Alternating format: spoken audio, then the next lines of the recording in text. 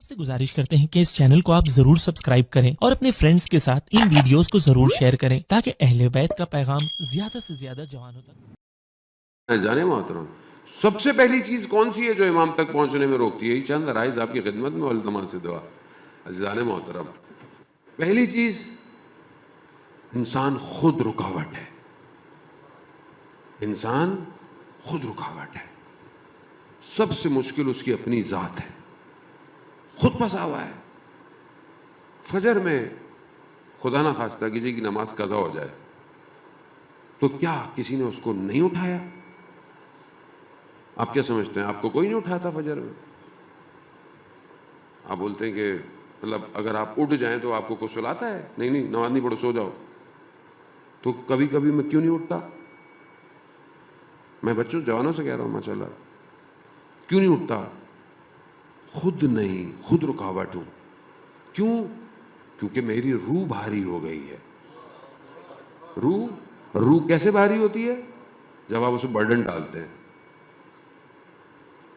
جب انسان رات کو دیر سے سوئے تو کیا امید رکھے گا صبح اٹھے گا؟ پہلی بات. دوسری بات، رات کو آپ زیادہ کھانا کھائیں، پرخوری کریں، زیادہ کھائیں، وہ بھی صبح آپ کو نہیں اٹھنے دے گی. تیسری چیز، اگر خدا نہ خواستہ انسان سے گناہ ہو جائے تو گناہ اس کو اٹھنے نہیں دیتا. ایک شہید اپنے وصیت نامے میں لکھتا ہے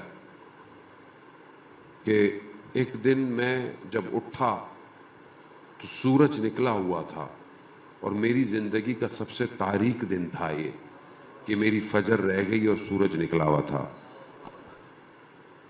ہماری زندگی میں کتنے تاریک دن ہیں ایسے؟ ہم نے کبھی سوچا؟ ہم خود رکاوٹ ہیں. خدا تو منع نہیں، خدا تو کہتا ہے میں شہرک کے قریب، شہرک سے بھی زیادہ، یعنی خدا مجھ سے بھی زیادہ میرے قریب ہے. لیکن میں کیوں نہیں پہنچ رہا خدا تک؟ کیونکہ میں خود رکاوٹ ہوں، میں خود پھنسا ہوا ہوں. میری خواہشات، میری آرزوئیں، میری مشکلات، میری لذتیں، یہ سب رکاوٹ ہیں. میں ان سے دور ہی نہیں ہو پا رہا، اپنے آپ کو دور ہی نہیں کرتا اپنے آپ کو.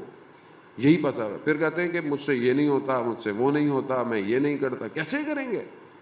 اب ایک بچہ کہے کہ میں صبح پیپر میں میں نے پیپر میں مجھے کچھ سمجھ نہیں آ رہا.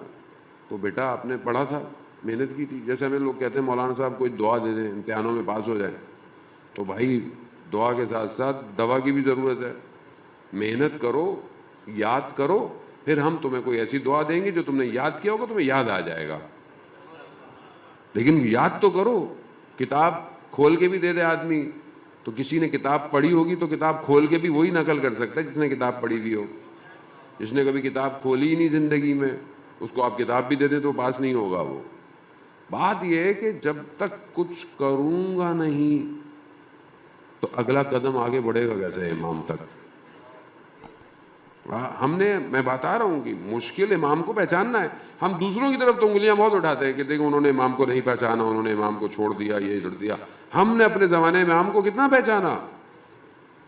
ہم نے کتنا اپنے آپ کو اپنی ذات سے باہر نکالا اور امام کی طرف بڑھے ہیں.